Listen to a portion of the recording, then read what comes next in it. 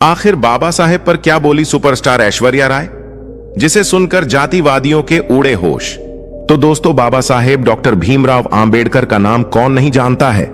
उन्होंने अपना पूरा जीवन ऊंच नीच, सामाजिक न्याय, भेदभाव और छुआछूत के उन्मूलन जैसे कार्यों के लिए समर्पित कर दिया था। तो चलिए वीडियो शुरू करते हैं। ऐश्वर्या राय, जो कि एक भारतीय अभिनेत्री हैं, जो मुख्य रूप से हिंदी और तमिल फिल्मों में अपने काम के लिए जानी जाती हैं। मिस वर्ल्ड 1994 प्रतियोगिता की विजेता, बाद में उन्होंने खुद को भारत में सबसे लोकप्रिय और प्रभावशाली हस्तियों में से एक के रूप में स्थापित किया। उन्होंने हाल ही में एक ऑर्फनेज में भाषण देते हुए बाबा साहेब आंबेडकर जी पर कुछ ऐसा कहा जिससे जातिवादियों के होश उड़ गए। उन्होंने कहा, बाबा साहेब आंबेडकर जी ने समाज में समता और न्याय के लिए लड़ने का संकल्प किया था। उन्होंने महिलाओं को समाज में समानता और अधिकारों का सम्मान प्रदान करने के लिए अपने पूरे जीवन को समर्पित किया। बाबा साहेब आंबेडकर जी ने भारतीय संविधान का निर्माण किया, जिसमें महिलाओं के अधिकारों को सुनिश्चित करने के लिए कई उपाय और धाराएं शामिल हैं। उन्होंने यह सुनिश्चित करने के लिए प्रतिबद्ध हुए कि समाज में स्त्री शक्ति को सुरक्षित रूप से बढ़ावा मिले और उन्हें उच्चतम स्थान पर ले जाया जाए। आप सभी से निवेदन है कि हम बाबा साहेब आंबेडकर जी के उपहास्य के प्रति आभारी रहें और उनकी सोच को आगे बढ़ाने के लिए सक्रिय रूप से योगदान करें। महिलाओं के अधिकारों की रक्षा करना हम सभी की जिम्मेदारी है और हमें बाबा साहेब आंबेडकर जी के उदाहरण से प्रेरित होकर इस कार्य में सहयोग करना चाहिए। और आज मैं इस मुकाम पर हूं तो सिर्फ और सिर्फ भारत के संविधान के वजह से। हमें हमारे संविधान का आदर करना चाहिए, जो हमें न्याय देता है। धन्यवाद दोस्तों। आपको ऐश्वर्या राय के इस भाषण पर क्या विचार है, हमें बताइए। दोस्तों, बाबा साहेब डॉक्टर भीमराव आंबेडकर का नाम कौन नहीं जानता है। उन्होंने अपना पूरा जीवन ऊंच नीच, सामाजिक न्याय, भेदभाव और छुआछूत के उन्मूलन जैसे कार्यों के लिए समर्पित कर दिया था। सामाजिक समता और सामाजिक न्याय जैसे सामाजिक परिवर्तन के मुद्दों को प्रमुखता से स्वर देने और परिणाम तक लाने वाले प्रमुख लोगों में डॉक्टर भीमराव आंबेडकर का नाम अग्रणी है। उन्हें ही बाबा साहेब के नाम से भी जाना जाता है। एकात्म समाज निर्माण, सामाजिक समस्याओं, अस्पृश्यता जैसे सामाजिक मामलों पर उनका मन संवेदनशील एवं व्यापक था।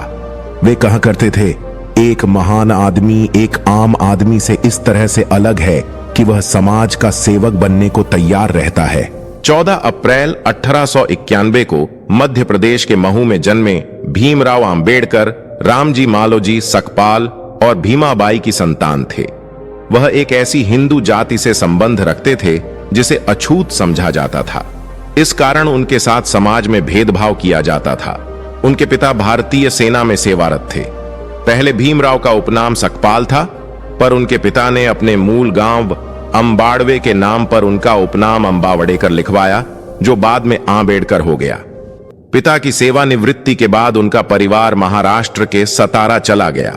उनकी मां की मृत्यु के बाद उनके पिता ने दूसरा विवाह कर लिया और बॉम्बे जाकर बस गए। मुंबई जाकर उन्होंने शिक्षा ग्रहण की।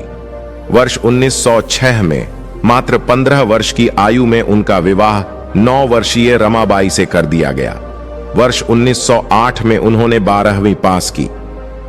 स्कूली शिक्षा पूर्ण करने के बाद उन्होंने बॉम्बे के एल्फिंस्टन कॉलेज में दाखिला लिया। उन्हें गायकवाड़ राजा सयाजी से 25 रुपए मासिक की स्कॉलरशिप मिलने लगी थी। वर्ष 1912 में उन्होंने राजनीति विज्ञान व अर्थशास्त्र में स्नातकोत्तर की उपाधि ली। इसके बाद उच्च शिक्षा के लिए वह अमेरिका चले गए। वर्ष 1916 में उन्हें उनके एक शोध के लिए पीएचडी से सम्मानित किया गया। इसके बाद वह लंदन गए, किंतु बीच में ही लौटना पड़ा। आजीविका के लिए इस बीच उन्होंने कई कार्य किए। वह मुंबई के Sydenham college of commerce and economics में राजनीतिक अर्थव्यवस्था के प्राध्यापक भी रहे।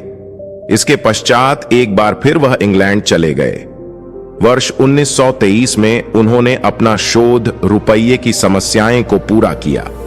उन्हें लंदन विश्वविद्यालय द्वारा डॉक्टर ऑफ साइंस की उपाधि प्रदान की गई।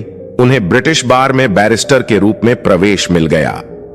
स्वदेश लौटते हुए भीमराव आंबेडकर 3 महीने जर्मनी में रुके और बॉन विश्वविद्यालय में उन्होंने अर्थशास्त्र का अध्ययन जारी रखा।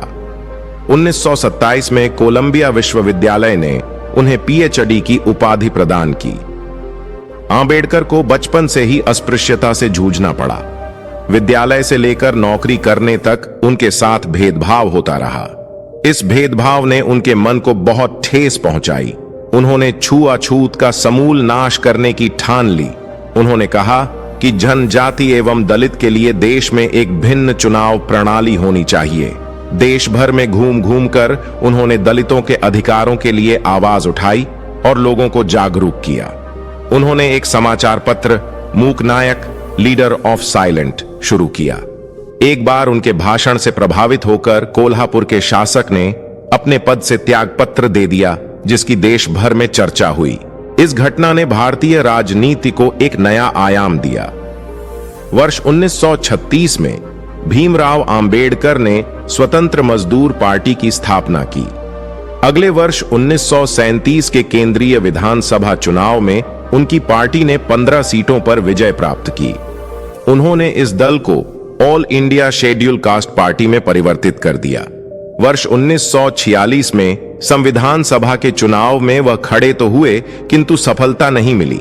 वह रक्षा सलाहकार समिति और वायसराय की कार्यकारी परिषद के लिए श्रम मंत्री के रूप में सेवारत रहे। वह देश के पहले कानून मंत्री बने। उन्हें संविधान गठन समिति का अध्यक्ष बनाया गया। आंबेडकर समानता पर विशेष बल देते थे। वह कहते थे, अगर देश की अलग अलग जाति एक दूसरे से अपनी लड़ाई समाप्त नहीं करेंगी तो देश एकजुट कभी नहीं हो सकता। यदि हम एक संयुक्त एकीकृत आधुनिक भारत चाहते हैं तो सभी धर्मशास्त्रों की संप्रभुता का अंत होना चाहिए। हमारे पास यह आजादी इसलिए है ताकि हम उन चीजों को सुधार सकें जो सामाजिक व्यवस्था, असमानता, भेदभाव और अन्य चीजों से भरी है, जो हमारे मौलिक अधिकारों के विरोधी हैं। एक सफल क्रांति के लिए केवल असंतोष का होना ही काफी नहीं है, बल्कि इसके लिए न्याय, राजनीतिक और सामाजिक अधिकारों में गहरी आस्था का होना भी बहुत आवश्यक है। राजनीतिक अत्याचार सामाजिक अत्याचार की तुलना में कुछ भी नहीं है, और जो सुधारक समाज की अवज्ञा करता है वह सरकार की अवज्ञा करने वाले राजनीतिज्ञ से ज्यादा साहसी है। जब तक आप सामाजिक स्वतंत्रता हासिल नहीं कर लेते, तब तक आपको कानून चाहे जो भी स्वतंत्रता देता है वह आपके किसी काम की नहीं। यदि हम एक संयुक्त एकीकृत आधुनिक भारत चाहते हैं तो सभी धर्मशास्त्रों की संप्रभुता का अंत होना चाहिए। तो दोस्तों, आपके इस विषय पर क्या विचार है, हमें कमेंट करके बताएं। तो दोस्तों, हमारी आपसे एक ही विनंती है, अगर आप चैनल पर नए हो तो चैनल को अभी के अभी सब्सक्राइब करो और वीडियो को भी लाइक कर दो और वीडियो अपने दोस्तों के साथ शेयर कर दो।